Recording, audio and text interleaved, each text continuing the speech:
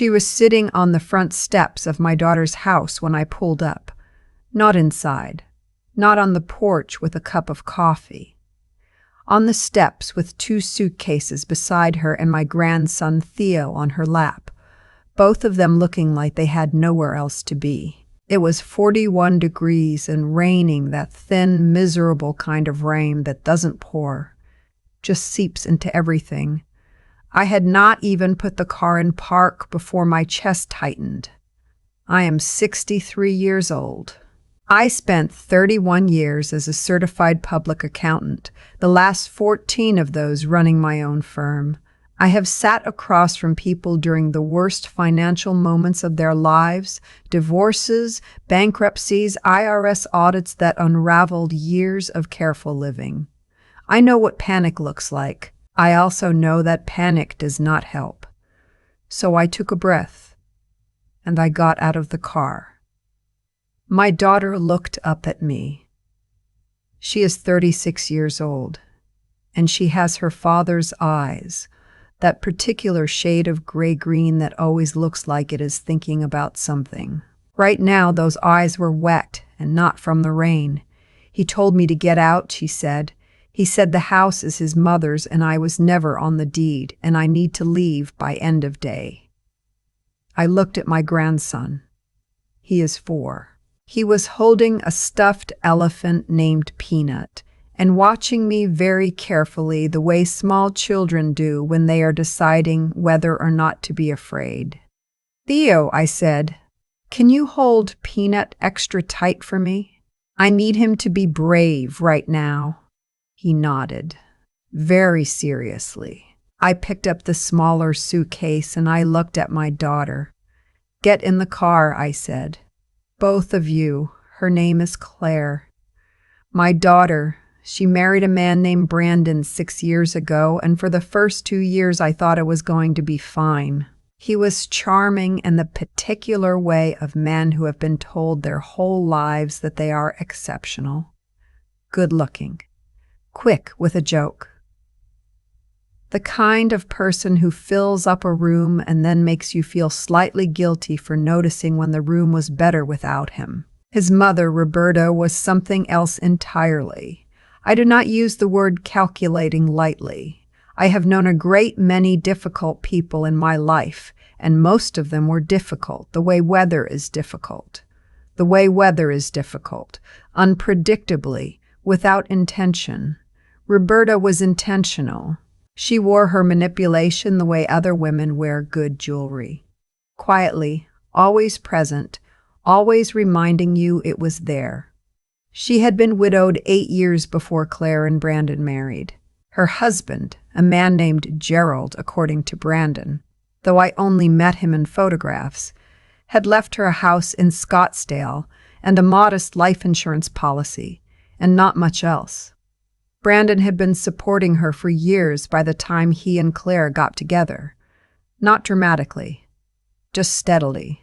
A few $100s here, a car repair there, the kind of quiet financial bleeding that adds up before you notice it. Claire told me some of this before the wedding. I listened. I asked the questions I always ask when someone I love is about to make an irreversible decision. Does he talk about it? Not really, she said. Does it bother him? He says it's just family. I did not say what I was thinking. She was 30 years old and she loved him, and sometimes the most useful thing you can do for someone you love is keep your mouth shut and stay close enough to catch them. So that is what I did.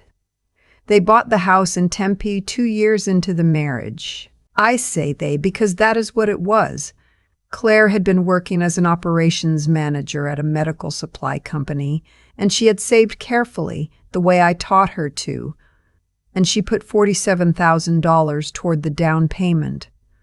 Brandon contributed $18,000. It was Claire's larger salary that qualified them for the mortgage. I helped them close. I reviewed the documents, because that is what I do, and that is what any parent with my background would do.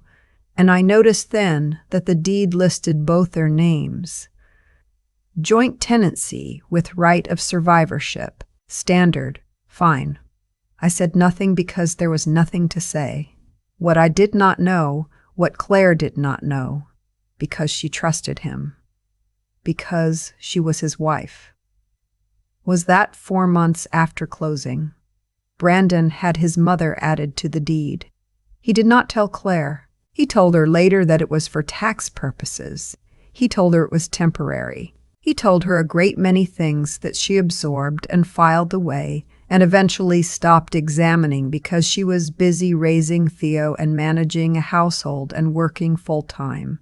And sometimes trust means you stop checking. I found out the morning she called me from those front steps. I drove them to my house. I lived 20 minutes away in Chandler, a 3-bedroom place I bought outright 4 years ago when I sold my firm. It is not large, but it is paid for, and it is mine in a way that requires no asterisk or footnote. Claire sat at my kitchen table, and I made coffee, and Theo sat on the floor with Peanut and the set of wooden blocks I keep in the cabinet under the television, the ones that have been there since Claire was small. "Tell me everything," I said. "From the beginning. Leave nothing out." She talked for an hour. I listened and took notes on a legal pad, old habit, and asked questions only when I needed clarity. Here is what it came down to. Brandon had told her he wanted a separation. Not a divorce, a separation, which, in my experience, is often a word people use when they want the exit, but not yet the consequences. He said he needed space. He said things had been difficult. He said a great many things that Claire listened to with the patience of someone who has been trying to hold a marriage together with both hands for longer than she should have. What he did not say, until 2 days later, was that his mother was the one who had suggested it. Roberta had been talking to a lawyer. Roberta had decided that the house my daughter's savings had purchased in the majority, the house my daughter had decorated and maintained and lived in for 4 years, rightfully belonged to her. She was on the deed. She had rights. Brandon, whether out of genuine agreement or simple spinelessness, had gone along with it. The lawyer Brandon's mother had retained had sent Claire a letter, formal, dense, the kind of legal language designed to make a person feel small. It said that as a co-owner of the property, Roberta had the right to occupy, and that she was exercising that right, and that Claire's continued occupancy was at the discretion of the co-owners, and that she would be well advised to make arrangements. Claire had read that letter 3 times before she called me. "I don't know what any of it means," she said. "I do," I said. "I want to be clear about something. I am not a lawyer. I am an accountant. But 31 years in this business means I know enough real estate law to recognize when someone is trying to frighten a person out of their own rights. And I know enough about financial records to know that paper trails exist whether people want them to or not." The first thing I did was call my attorney. Her name is Patricia. I have worked with her for 11 years, and she is the kind of person who answers her phone on a Saturday, which she did. I explained the situation in the shorthand of people who have worked together for a long time. She was quiet for a moment. "The deed," she said. "When was Roberta added?" "I don't know exactly." Claire didn't know either. "Find out. That's the first thing. Pull the county recorder's office records. They're public in Arizona. Find the date. Find the notarized instrument. Find out who signed." Claire signed the original deed. She didn't sign any amendment. Another pause. "Then we need to look very carefully at how that amendment was executed," Patricia said. "Because if Claire's signature was required and wasn't obtained, we have a problem. For them, not for you." I hung up and opened my laptop. Maricopa County's recorder's office has an online property search. I have used it dozens of times over the years for client work. I pulled up the address in Tempe and I looked at the document history. The original deed was there. Both names executed at closing exactly as I remembered. The amendment was filed 14 months later.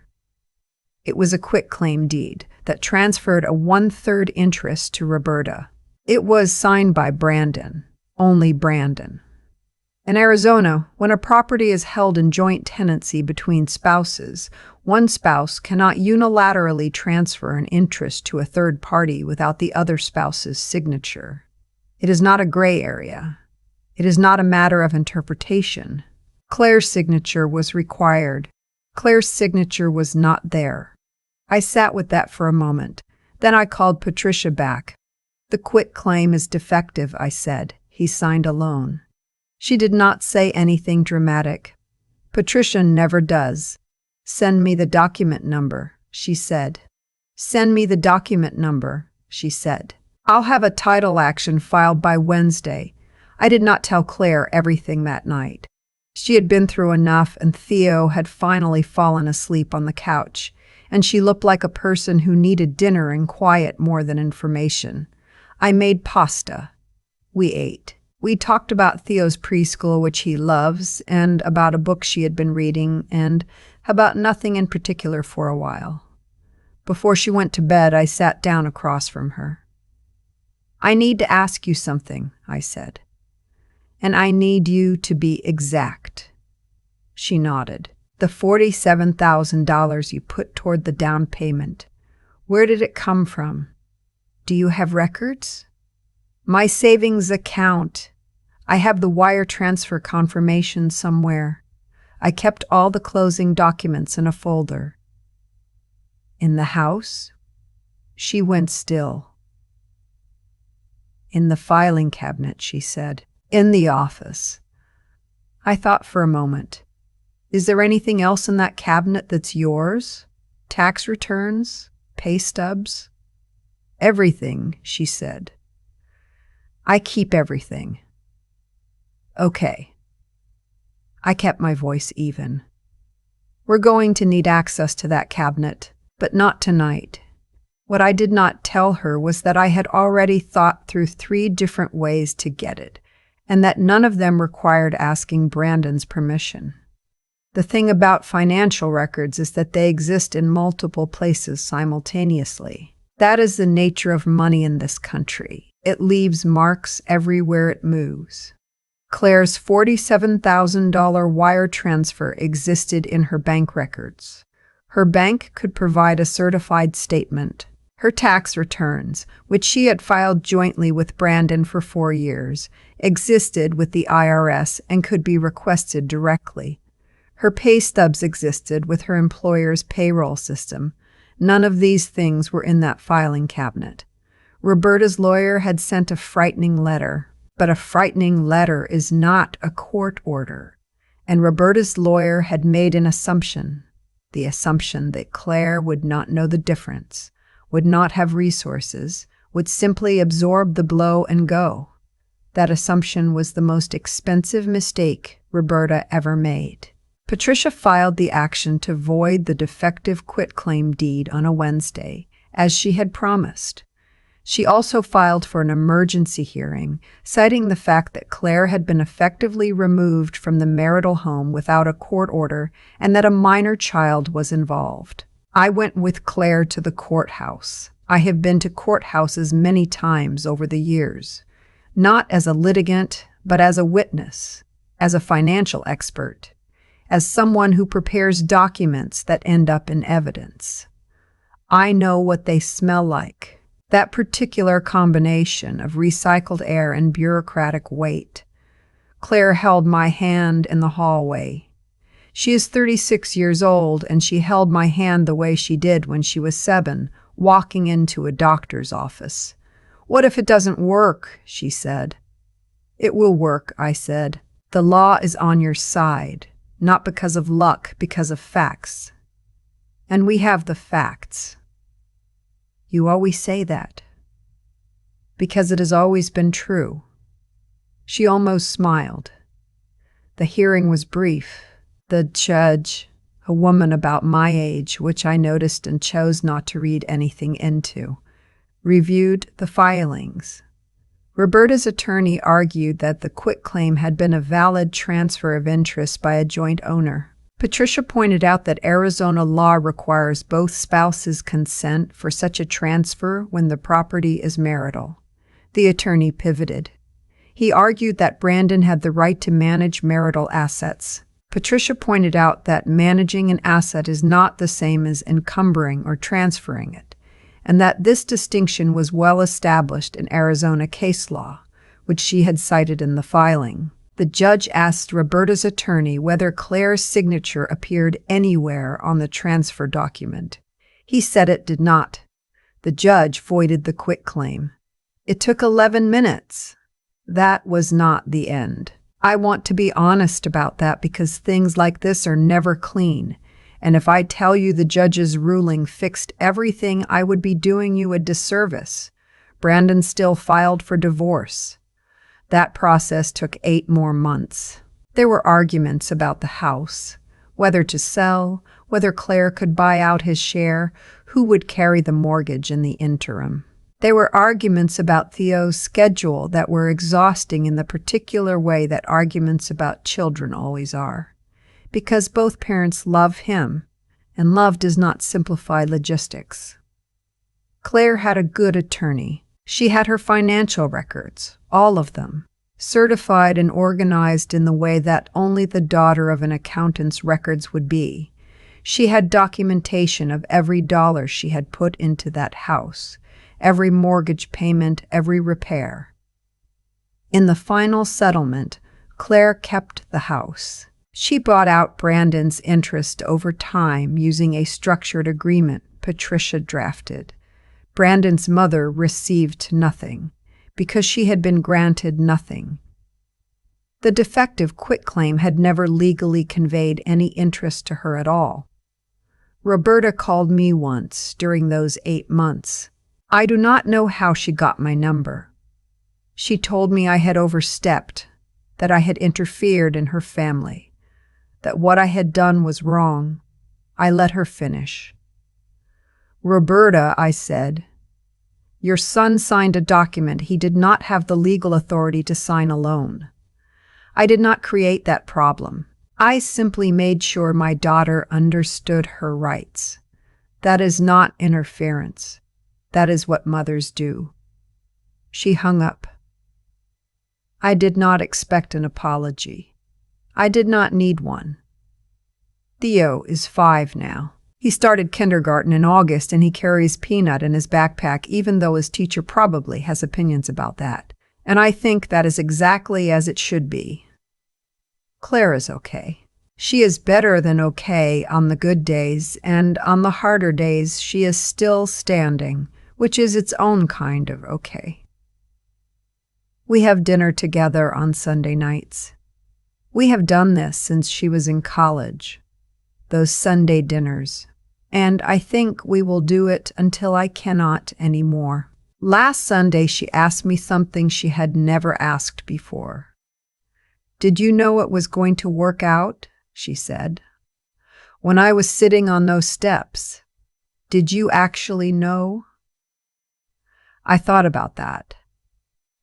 I knew the facts, I said. I knew what the records showed and what the law said. Whether it was going to work out, that part I had to believe. She nodded slowly. Is there a difference? Yes, I said. Knowing is about information. Believing is about choice. You can know all the right things and still choose not to act on them. I chose to act. She was quiet for a moment. I want to be like that, she said. When Theo is grown, I want to be the person he calls. You will be, I said. You already are. If you are watching this and you are in a situation that feels impossible, if someone has handed you a document full of language designed to make you feel like you have no options, I want you to understand something. Documents can be wrong. Signatures can be missing. Transfers can be voided. The law in this country has real protections for married people's property rights, and those protections exist whether or not you know about them. Get the records. Pull your county recorder's file on your own property. In most states, it is public and free online. Look at every document. Look at every signature. If something was done to your property without your consent, that is a place to start. And if you have questions about what to look for, about property rights, about how financial records can protect you, about what the first 48 hours should look like when someone tries to take what is yours, leave them in the comments. I read every one. You do not have to figure this out alone. I have thought about that morning many times since it happened. Not obsessively. I am not built that way. But the way you turn a stone over in your hand when you keep finding it in your pocket, just to look at it again, just to make sure you understand what it actually is. What Roberta did was not complicated. That is the part people miss when they hear a story like this. They imagine some elaborate scheme, some criminal genius behind it all. But it was not genius. It was assumption. She assumed Claire would not know. She assumed that a letter full of legal language would be enough to make a 36-year-old woman with a 4-year-old son simply give up and walk away from her own home. She assumed that no one in Claire's corner had the tools to push back. That is what happens when someone has operated unchallenged for a long time. They stop accounting for the possibility that they are wrong. Brandon signed that quitclaim deed alone because it had probably never occurred to either of them that Claire's signature was legally required. They acted and they expected the world to accommodate the action, and for a few days it seemed like it might. But choices accumulate. Every decision a person makes over years, to be honest or dishonest, to build something real or to take shortcuts, to treat other people's rights as inconvenient or as inviolable. Those decisions build a structure, and that structure either holds or it doesn't. Roberta and Brandon had built something on a foundation of assumption and disregard, and when Patricia put the right pressure on the right point, the whole thing came apart in 11 minutes. Claire had built something different. 36 years old, a woman who kept every closing document in a labeled folder, who wired $47,000 from money she had saved herself, who showed up to work every day and raised her son and tried to make her marriage work even when it was hard. That is not luck. That is character compounding over time. The records existed because she had the discipline to create them. The evidence held because she had the integrity to earn it honestly in the first place. I think about that when people ask me what I actually did to help her. I tell them the truth, not very much. I knew which database to search and which phone call to make. The foundation was already Claire's. I just helped her see that it was there. The harder lesson, the one I sat with longer, is about what I did not do 6 years earlier. I had concerns about Brandon before that wedding. I kept them to myself because I thought that was respect, thought that was giving my daughter room to live her own life. And maybe it was. But I also wonder sometimes whether respect and avoidance can look identical from the outside, and whether I could have asked one more honest question, said one more careful thing, without it being interference. I do not have a clean answer to that. I am not sure one exists. What I do know is this: intelligence without integrity is just a tool anyone can pick up. Roberta was not unintelligent. She understood property law well enough to attempt what she attempted, but she used that understanding to take something that was not hers, and the moment it met real scrutiny, it dissolved.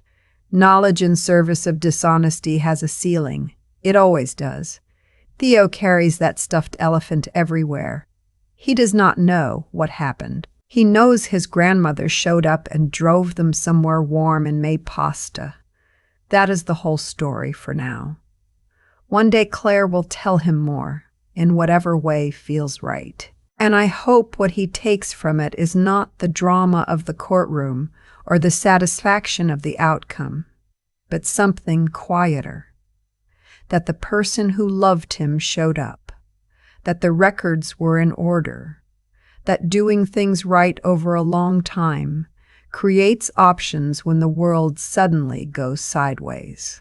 That is the only thing I have ever really tried to teach.